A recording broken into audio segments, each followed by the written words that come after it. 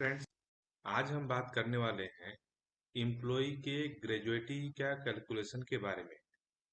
जितने लोग भी आजकल जो काम कर रहे हैं, जो कि कॉन्ट्रैक्ट बेसिस पे नहीं है, कंपनी में परमानेंट बेस पे ज्वाइनिंग किए हैं, उनको अपने ग्रेजुएटी के बारे में कैलकुलेशन के लिए कभी ना कभी मन में ख्याल उत्पन्न होता है।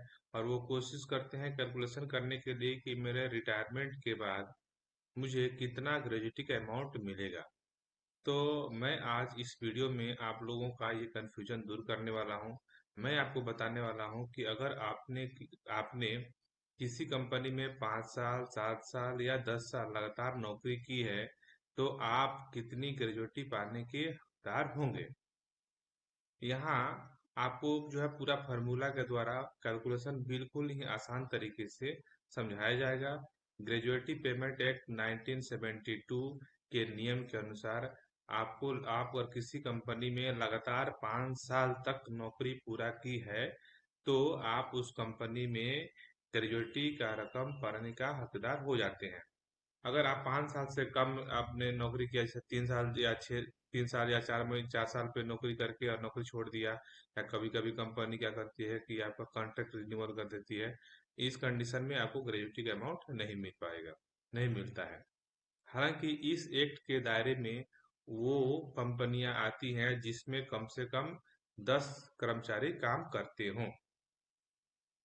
ग्रेजुएटी वो रकम होती है जो किसी कंपनी द्वारा एम्प्लॉय को लंबे समय तक उसकी बेहतर सेवाओं के रिकॉर्ड के रिवार्ड के तौर पे उनको दी जाती है। आमतौर पे ये रकम नौकरी छोड़ने पे या रिटायरमेंट के समय दी जाती है।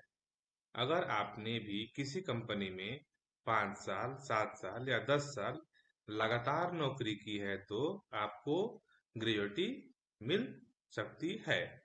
अगर आप कंपनी में कॉन्ट्रैक्ट सिस्टम पे नहीं है, रेगुलर अगर यानी परमानेंट पेरोल पे हैं, तो ग्रेजुएटी के कैलकुलेशन जो है, ग्रेजुएटी का कैलकुलेशन का तरीका बहुत ही आसान है। आप अपने से खुद से कर सकते हैं। मैं आपको इसका फार्मूला बता देता हूँ। इसका फार्मूला है कि अंतिम सैलरी यानी कि आपके लास्ट 10 महीने के सैलरी का औसत, 10 महीने का सैलरी लिख लेना है कहीं कागज पे, और उसका औसत निकाल लेना है, एवरेज निकाल लेना है। एवरेज निकालने के लिए क्या करते हैं, 10 साल का जो 10 महीने का जो सैलरी है उसको जोड़कर और 10 से भाग लगाते हैं, तो 1 महीने का आपका जो एवरेज सैलरी निकल जाता है। उसमें गुणा कर देना है। आप उसमें गुना कर देना है कि कंपनी में आप कितने साल नौकरी किया है, और उसमें 15 में 26 से भाग देकर उसको गुना कर देना है। मैं आपको देखिए यहाँ पे फार्मूला स्क्रीन पे लिख देता हूँ। आप इस फार्मूला के हिसाब से आप कैलकुलेशन कर सकते हैं। इसमें अंतिम सैलरी का मतलब क्या होता है? अंतिम सैलरी का मतलब है लास्ट 10 महीने का औसत सैलरी, और इस सैलरी में मूल वेतन, महंगाई भत्ता और कमीशन को शामिल किया जाता है ना।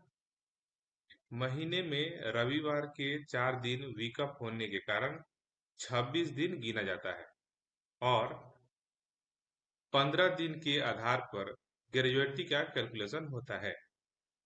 समझिए कैलकुलेशन का तरीका। इसको एक हम आपको एग्जाम्पल के द्वारा समझा देते हैं। आपने किसी कंपनी में 5 साल काम किया, और आपकी अंतिम सैलरी मान लीजिए कि 35 हजार थी। तो फार्मूला पे जो मैंने आपको यहाँ पे फार्मूला ऊपर लिखा हुआ है, इस फार्मूला पर इसको बैठाएंगे तो देखिए ऐसे बैठेगा। 35 हजार गुणा 5 साल गुणा 15/26। यहाँ पे आपका अमाउंट बन रहा है 1,09,61 रुपये। आपकी ग्रेजुएटी की रकम बन रही है। इसी तरह से अगर आपने किसी कंपनी में 7 साल काम किया, तो और आपका अंतिम सैलरी मान लीजिए कि 50 हजार थी, तो कैलकुलेशन करेंगे तो 50 हजार गुना 7 गुना 15/26, इस तरह से आपका 2,01,923 रुपये बन रहा है। वहीं अगर आपने कंपनी में लगातार 10 साल अगर काम किया है,